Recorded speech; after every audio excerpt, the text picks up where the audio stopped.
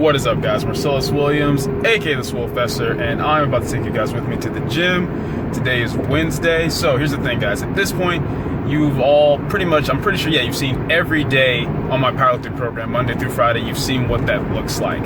But the only thing is now my Wednesdays are a little bit different. So I'm on the strength phase. Before on the volume phase, it was kind of like an active recovery day, and it's still kind of like that. But instead of having instead of having heavy singles on bench and squat, it's actually a lot more pause work on both bench and squat. So I'm gonna take you guys with me, take you through that, and while I'm doing so, be giving you a few cues that you can, work with as far as just like your squat and your bench. Just a few tips that are gonna help you guys out. I still plan to eventually do, a full like how-to series on different exercises and lifts. I really need to get on that. I have no excuse for not already having started that. But anyway, like I said in my last video, taking you guys through more of my workouts this week. So, see you at the gym. I am the greatest. Someone look color. Someone look color. Someone look dash. Someone look color. Guys, so I'm here outside the gym right now, and before I went in, just wanted to address something with you guys really quickly, and that's the importance of the principle of specificity. A lot of you guys, you'll have questions, right? And you'll basically be like, hey man, I'm trying to do this. Is this working out well for, will this work well for it? And it's kind of one of those things, guys, where it's like, you have to train specifically for what you're trying to do. Don't get me wrong, there's what works, but then there's what's optimum, right? And sometimes what's optimum isn't always what you're gonna be able to do. Sometimes you're gonna have to just take the best you can get, given your situation and circumstances. But I'm talking about things where it's like, okay, if your focus is like, hey, I wanna get a stronger bench, but you're always only doing sets of 12 to 15, well guys, even though, yes, you can gradually get stronger that way as long as you're progressively overloading, gradually adding weight to the bar, it's not going to be as efficient or as effective if you're doing sets of 3 or sets of 5, things where the focus is more on the weight you're moving and not so much the amount of reps you're getting, because, it's a lot more strenuous and a lot more nervous system related and strength focused to be hitting 5 sets of 3 versus 5 sets of 15. 5 sets of 15 is going to be more in that hypertrophy range. Granted, like I said, both of those will work for both hypertrophy and for strength, assuming that you're in a caloric surplus and progressively overloading, your muscles will get bigger, you will gradually get stronger, but one is obviously more focused than the other. So I just wanted to remind you guys of that. Train for whatever you're training for, make sure it makes sense with your goals. You know what I'm saying? It doesn't make any sense to be like, man, I want to get huge and jacked, but you're doing sets of 100 with 10% of your max, things like that. Anyway, I just wanted to touch on that really quickly, guys.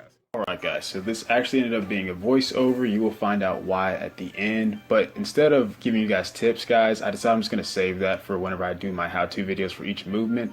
So instead I'm kind of just going to take you through what I'm doing in this workout and what's going through my head. So as you guys saw on screen, I have 3 sets of 2 with a 2-count pause on squats with 300 pounds, which is about 67% of my max. So nothing too heavy, and it's pretty much just working on that explosiveness out of the hole. Pause squats are a great tool for that, guys, as well as kind of seeing what your weaknesses are with your stability in the squat, as far as what kind of gives on you while you're staying there at the bottom. Right now, I'm not really having any issues with this weight at all. Like I said, it's 67% of my max, but it's pretty much, like I said, Wednesdays are different, but it's still an active recovery day, so the weight's not going to be that heavy.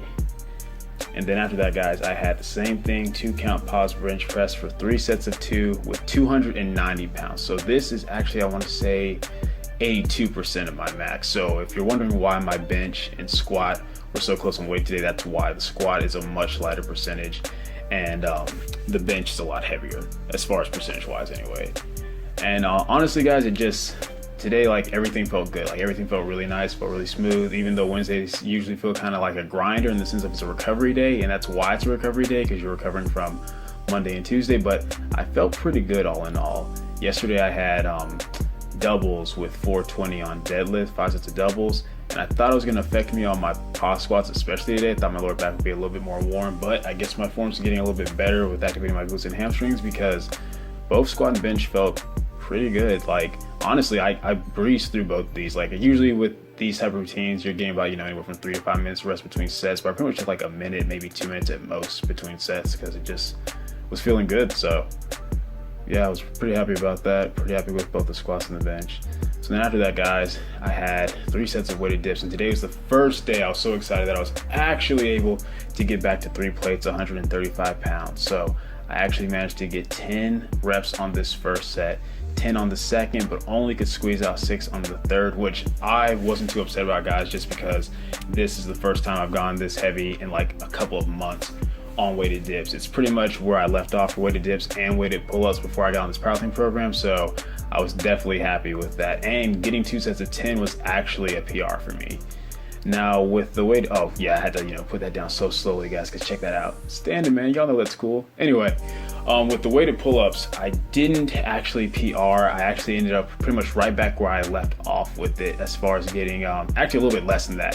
Where I left off with these, I got 3 sets of 7, but this time around I got 7, 5, 5. But I was still happy just to be able to even move that weight still. I wasn't too surprised that I could, but I was just happy with the way it was moving. Like, it's not as smooth as I'd like, and my range of motion could be a bit further, but all in all, not too bad. And then after that, guys, just the usual accessory work that I usually do on Wednesdays. Dumbbell lateral raises, 3 sets of 12 with 30 pounds. I finally got 12 on all 3 sets, so I'll probably be going up to 35s next week with this movement.